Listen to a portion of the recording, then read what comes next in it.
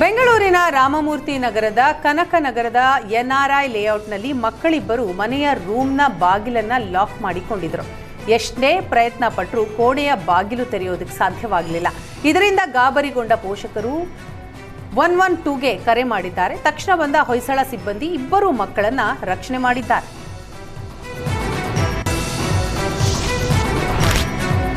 Mobile ban ನಿರ್ಧಾರ ವಿರೋಧಿಸಿ March 12ರಂದು Kannada ಶಾಲೆಗಳ ಬಂದ್ಗೆ ವಾಟಾಳ್ ನಾಗರಾಜ್ ಕರೆ ಕೊಟ್ಟಿದ್ದಾರೆ. 16 ವರ್ಷದೊಳಗಿನ ಮಕ್ಕಳಿಗೆ ಮೊಬೈಲ್ ನಿಷೇಧ ನಿರ್ಧಾರ ಸರಿಯಲ್ಲ ಹಾಗೂ ಬಜೆಟ್ನಲ್ಲಿ ಕನ್ನಡ ಶಾಲೆಗಳ ಕಡೆಗಣನೆ ಮಾಡಲಾಗಿದೆ ಅಂತ ವಾಟಾಳ್ ನಾಗರಾಜ್ ಆರೋಪಿಸಿದ್ದಾರೆ.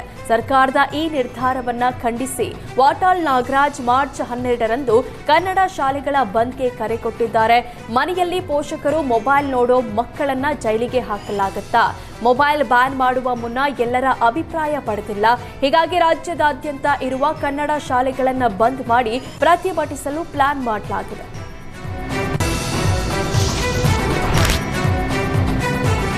ಬಜೆಟ್ನಲ್ಲಿ ಬೆಂಗಳೂರಿಗೆ 100 ಹೊಸ ಸ್ಕೈವಾಕ್ಗಳನ್ನು ಸಿಎಂ ಘೋಷಣೆ ಮಾಡಿದ್ದಾರೆ. ಆದರೆ ಈಗಿರುವ ಬಹುತೇಕ ಸ್ಕೈವಾಕ್ಗಳು ಶಿಥಿಲಗೊಂಡು ಜನರ ಓಡಾಟಕ್ಕೂ ಸಾಧ್ಯವಾಗದ ಸ್ಥಿತಿ ತಲುಪಿದೆ. ಬಹುತೇಕ ಸ್ಕೈವಾಕ್ನಲ್ಲಿ ಲಿಫ್ಟ್ ವರ್ಕ್ ಆಗ್ತಾ ಇಲ್ಲ. ಸ್ವಚ್ಛತೆ ಅಂತೂ ಇಲ್ವೇ ಇಲ್ಲ. ಕುಡುಕರ ಅಡ್ಡೆಯಾಗಿದ್ದು ಸ್ಕೈವಾಕ್ ಮೇಲೆ ಬಾಟಲ್ ಗ್ಲಾಸ್ಗಳು ಬಿದ್ದಿವೆ. Mysuru bank circle, Majestic, Okalipuram skywalk ಕೇವಲ ಬ್ಯಾನರ್, ಫ್ಲೆಕ್ಸ್ ಕಟ್ಟಿಕೊಳ್ಳಲು ಸೀಮಿತವಾಗ್ತಾ ಇವೆ. ಮೈಸೂರು ಬ್ಯಾಂಕ್ ಸರ್ಕಲ್ನಲ್ಲಿರುವ ಸ್ಕೈವಾಕ್ ತುಕ್ಕು ಹಿಡಿದು ದೊಡ್ಡ ತೂತು ಬಿದ್ದಿದೆ. ಜೊತೆಗೆ ಮೇಲ್ಛಾವಣಿಯ ಮೇಲೆ ಮರದ ಕೊಂಬೆ ಬಿದ್ದಿದ್ದು ಜನ ಭಯದಲ್ಲೇ ಓಡಾಡುವಂತಾಗಿದೆ. ಇನ್ನು ಓಕಳಿಪುರಂ ಸ್ಕೈವಾಕ್ನಲ್ಲಿ 2 ಲಿಫ್ಟ್ ವರ್ಕ್ ಆಗ್ತಾ ಇಲ್ಲ. ಹೀಗಾಗಿ ಜನ ರಸ್ತೆಯಲ್ಲೇ ಕ್ರಾಸಿಂಗ್ ಮಾಡ್ತಾ ಇದ್ದಾರೆ. ಇದರಿಂದ ಸಂಚಾರ ದಟ್ಟಣೆ, ಅಪಘಾತಗಳು ಸಂಭವಿಸ್ತಾ ಇವೆ. ಗಾಂಜಾ ಸೇವನೆಯ ಅಡ್ಡ ಆಗ್ತಾ ಇದೆಯಾ ಕಬ್ಬನ್ ಪಾರ್ಕ್ ಅನ್ನೋ ಅನುಮಾನ ಶುರುವಾಗಿದೆ. ಕಬ್ಬನ್ ಪಾರ್ಕ್ನಲ್ಲಿ ಗಾಂಜಾ ಸೇವನೆ ಮಾಡ್ತಾ ಇದ್ದ ಇಬ್ಬರು ಫೋಟೋಗ್ರಾಫರ್ಗಳನ್ನ ಕಬ್ಬನ್ ಪಾರ್ಕ್ ಪೊಲೀಸರು ಅರೆಸ್ಟ್ ಮಾಡಿದ್ದಾರೆ. ವಿ ಸಚಿನ್ ಹಾಗೂ ಪವನ್ ಕಲ್ಯಾಣ್ ಬಂಧಿತ ಆರೋಪಿಗಳಾಗಿದ್ದಾರೆ. ಫೆಬ್ರವರಿ 27ರಂದು ಫೋಟೋ ತೆಗೆಯುವ ಸಲುವಾಗಿಯೇ ಕಬ್ಬನ್ ಪಾರ್ಕ್ಗೆ ಬಂದಿದ್ದ ಇಬ್ಬರು ಯುವಕರು ಸಿಗರೆಟ್ಗೆ ಗಾಂಜಾ ಪುಡಿ ತುಂಬಿಸಿ ಸೇವನೆ ಮಾಡ್ತಿದ್ದ ಬಗ್ಗೆ ಪೊಲೀಸರಿಗೆ ಮಾಹಿತಿ ಬಂದಿತ್ತು. ಕೂಡಲೇ ಸ್ಥಳಕ್ಕೆ ತೆರಳಿದ ಕಬ್ಬನ್ ಪಾರ್ಕ್ ಠಾಣೆ ಪೊಲೀಸರು ಸಚಿನ್ ಹಾಗೂ ಪವನ್ ಕಲ್ಯಾಣ್ ಅನ್ನ ವಶಕ್ಕೆ ಪಡೆದಿದ್ರು. ವೈದ್ಯಕೀಯ ಪರೀಕ್ಷೆ ವೇಳೆ ಇಬ್ಬರು ಗಾಂಜಾ ಸೇವನೆ ಮಾಡಿರೋದು ದೃಢಪಟ್ಟಿದ್ದು ಇಬ್ಬರನ್ನ ವಶಕ್ಕೆ ಪಡೆದು ವಿಚಾರಣೆ ನಡೆಸಲಾಗುತ್ತಿದೆ.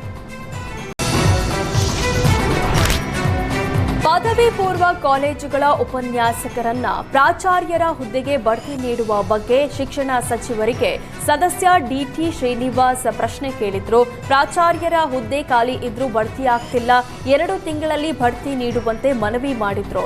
ಇದಕ್ಕೆ ಉತ್ತರಿಸಿದ ಸಚಿವ ಮಧು ಬಂಗಾರಪ್ಪ, ಈಗಾಗಲೇ ಬಡ್ತಿ ಪ್ರಕ್ರಿಯೆ ಆರಂಭವಾಗಿದೆ, ಆಕ್ಷೇಪಣೆಗಳನ್ನು ಸ್ವೀಕರಿಸಿ ಆದಷ್ಟು ಬೇಗ ಬಡ್ತಿ ನೀಡೋದಾಗಿ ಸಚಿವ ಮಧು ಬಂಗಾರಪ್ಪ ಭರವಸೆ ನೀಡಿದ್ರು.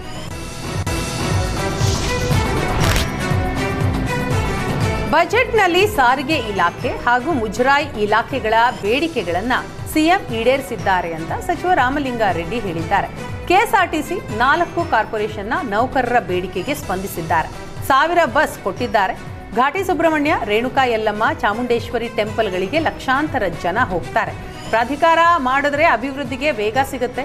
ಕೊಲ್ಲೂರು ಮೂಕಾಂಬಿಕೆ, ಕುಕ್ಕೆ ಸುಬ್ರಹ್ಮಣ್ಯ ದೇವಸ್ಥಾನಗಳನ್ನು ಪ್ರಾಧಿಕಾರ ಮಾಡ್ತೀವಿ ಅಂತ ಸಿಎಂ ಘೋಷಣೆ ಮಾಡಿದ್ದಾರೆ ಅಂತ ಹೇಳಿದರು. ವಿಧಾನಸೌಧ ಜನಪ್ರತಿನಿಧಿ ಹಾಗೂ ಅಧಿಕಾರಿಗಳಿಗೆ ಮಾತ್ರವಲ್ಲ, ಜನಸಾಮಾನ್ಯರ ಕೇಂದ್ರ ಆಗಬೇಕು ಅಂತ ಸ್ಪೀಕರ್ ಯುಟಿ ಖಾದರ್ ಹೇಳಿದ್ರು. ಬೆಂಗಳೂರಿಗೆ ಬಂದ್ರೆ ವಿಧಾನಸೌಧದ ಮುಂದೆ ಫೋಟೋ ತೆಗಿತಾರೆ. ಹಾಗಾಗಿ ವಿಧಾನಸೌಧದ ಸೌಂದರ್ಯ ಹೆಚ್ಚಾಗಬೇಕು. ಟೂರಿಂಗ್ ಗೈಡ್ ಮಾಡಿದ್ದೇವೆ. ದೇಶ ವಿದೇಶದಿಂದ ವಿಧಾನಸೌಧ ನೋಡಲು ಬರ್ತಾರೆ. ಮೊದಲ ಹೆಜ್ಜೆ ಅನ್ನುವಂತೆ ವಿಧಾನಸಭೆ ಪ್ರವೇಶ ದ್ವಾರ ಮಾಡಿದ್ವಿ. ಅದಕ್ಕೆ ಎಲ್ಲರೂ ಪ್ರಶಂಸೆ ವ್ಯಕ್ತಪಡಿಸಿ ಉಳಿದ ಡೋರ್ ಮಾಡಬೇಕು ಅಂತ ಬೇಡಿಕೆ ಇಟ್ಟಿದ್ರು. ಉತ್ತರ, ದಕ್ಷಿಣ ಎಲ್ಲಾ ಬಾಗಿಲುಗಳಿಗೂ ದ್ವಾರ ಅಳವಡಿಕೆ ಮಾಡಲು ಆರ್ಡರ್ ಆಗಿದೆ. ಇದರಿಂದ ವಿಧಾನಸೌಧದ ಸೌಂದರ್ಯ ಹೆಚ್ಚಾಗುತ್ತೆ ಅಂತ ಸ್ಪೀಕರ್ ಯುಟಿ ಖಾದರ್ ಹೇಳಿದರು.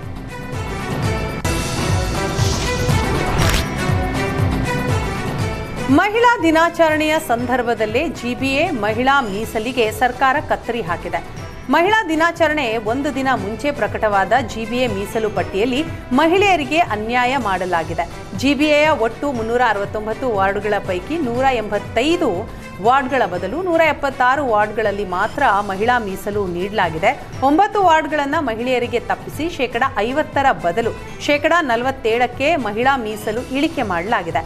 ಜಿಬಿಎ ವ್ಯಾಪ್ತಿಯ 5 ಪಾಲಿಕೆಗಳಲ್ಲೂ ಮಹಿಳಾ ಮೀಸಲಿಗೆ ಕತ್ತರಿ ಹಾಕಲಾಗಿದ್ದು, ಇದರ ವಿರುದ್ಧ ಕೋರ್ಟ್ ಮೊರೆ ಹೋಗುವ ಸಾಧ್ಯತೆ ಇದೆ.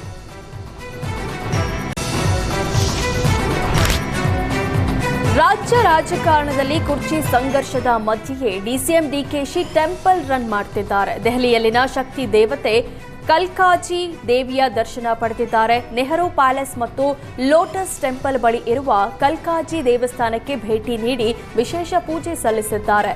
ಭಕ್ತರ ಆಸೆಗಳನ್ನು ಈಡೇರಿಸುವ ಸ್ಥಳ ಎಂದೇ ಪ್ರಸಿದ್ಧಿಯಾಗಿರುವ ಕಲ್ಕಾಜಿ ದೇವಸ್ಥಾನಕ್ಕೆ ಇಷ್ಟಾರ್ಥ ಸಿದ್ಧಿಗಾಗಿ ಡಿಸಿಎಂ ಡಿಕೆ ಶಿವಕುಮಾರ್ ಭೇಟಿ ಕೊಟ್ಟು ಪೂಜೆ ಸಲ್ಲಿಸಿದ್ದಾರೆ. ಮತ್ತಿಗೋಡು ಸಾಕಾಣೆ ಶಿಬಿರದಲ್ಲಿದ್ದ ಝೂ ಅಭಿ ಕೊನೆಯುಸಿರೆಳೆದಿದೆ. ಕಾಡಾನೆ ಸೆರೆ ಕಾರ್ಯಾಚರಣೆಗೆ ಬಳಸ್ತಾ ಇದ್ದ ಝೂ ಅಭಿ ಭಾನುವಾರ ಸಂಜೆಯೇ ಮೃತಪಟ್ಟಿದೆ. ಕಳೆದ 6 ತಿಂಗಳಿಂದ ಕಾಲು ನೋವಿನಿಂದ ಆನೆ ಅಭಿ ಬಳಲ್ತಾ ಇದ್ದು ಭಾನುವಾರ ಮೃತಪಟ್ಟಿದೆ. ಪಶುವೈದ್ಯ ರಮೇಶ್ ಮರಣೋತ್ತರ ಪರೀಕ್ಷೆ ನಡೆಸಿದ್ದಾರೆ. ಇಂದು ಆನೆ ಅಭಿ ಅಂತ್ಯಕ್ರಿಯೆಯನ್ನ ಅರಣ್ಯ ಇಲಾಖಾ ಸಿಬ್ಬಂದಿ ನಡೆಸಿದ್ರು. ಸ್ಥಳಕ್ಕೆ ಡಿಎಫ್ಒ, ಡಿಸಿಎಫ್ ಹಾಗೂ ಹಿರಿಯ ಅರಣ್ಯ ಅಧಿಕಾರಿಗಳು ಭೇಟಿ ನೀಡಿ ಪರಿಶೀಲಿಸಿದ್ರು.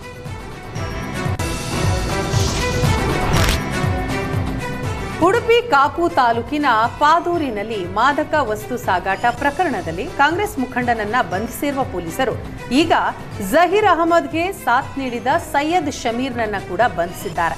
ಹಿರಿಯ ಕಾಂಗ್ರೆಸ್ ನಾಯಕರ ಜೊತೆ ಗುರುತಿಸಿಕೊಂಡಿರುವ ಜಹೀರ್ ಅಹಮದ್ ಬಳಿ ಮಾದಕ ವಸ್ತು ಎಂಡಿಎಂಎ ವಶಕ್ಕೆ ಪಡೆಯಲಾಗಿತ್ತು. ಶಿರ್ವಾ ಠಾಣೆಯಲ್ಲಿ ಈ ಸಂಬಂಧ ಪ್ರಕರಣ ದಾಖಲಾಗಿದೆ.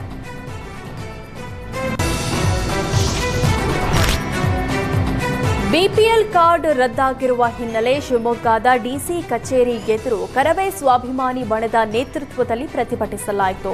ಕುಟುಂಬದ ಸದಸ್ಯರು ಆದಾಯ ತೆರಿಗೆ ಪಾವತಿಸುತ್ತಿದ್ದಾರೆ ಅಂತ ಬಿಪಿಎಲ್ ಕಾರ್ಡ್ ರದ್ದು ಮಾಡಲಾಗಿದೆ. ಆದರೆ ಅಂಧ ವ್ಯಕ್ತಿ ಜಾನ್ ನಮ್ಮ ಮಗ ಬೆಂಗಳೂರಿನಲ್ಲಿ ಪೇಂಟ್ ಕೆಲಸ ಮಾಡಿ ಮನೆ ಬಾಡಿಗೆ ಕಟ್ಟಿದ್ದಾನೆ, ನನ್ನ ಬಿಪಿಎಲ್ ಕಾರ್ಡ್ ರದ್ದಾಗಿದೆ ಅಂತ ಅಳಲು ತೋಡ್ಕೊಂಡಿದ್ದಾರೆ. ಜಿಲ್ಲೆಯಲ್ಲಿ ಆದಾಯ ತೆರಿಗೆ ಪಾವತಿ ನೆಪದಲ್ಲಿ ಅರ್ಹ ಫಲಾನುಭವಿಗಳ ಪಡಿತರ ಚೀಟಿಗಳು ರದ್ದಾಗ್ತಿದೆ ಅಂತ ಪ್ರತಿಭಟನಾಕಾರರು ಆಕ್ರೋಶ ಹೊರಹಾಕಿದ್ರು.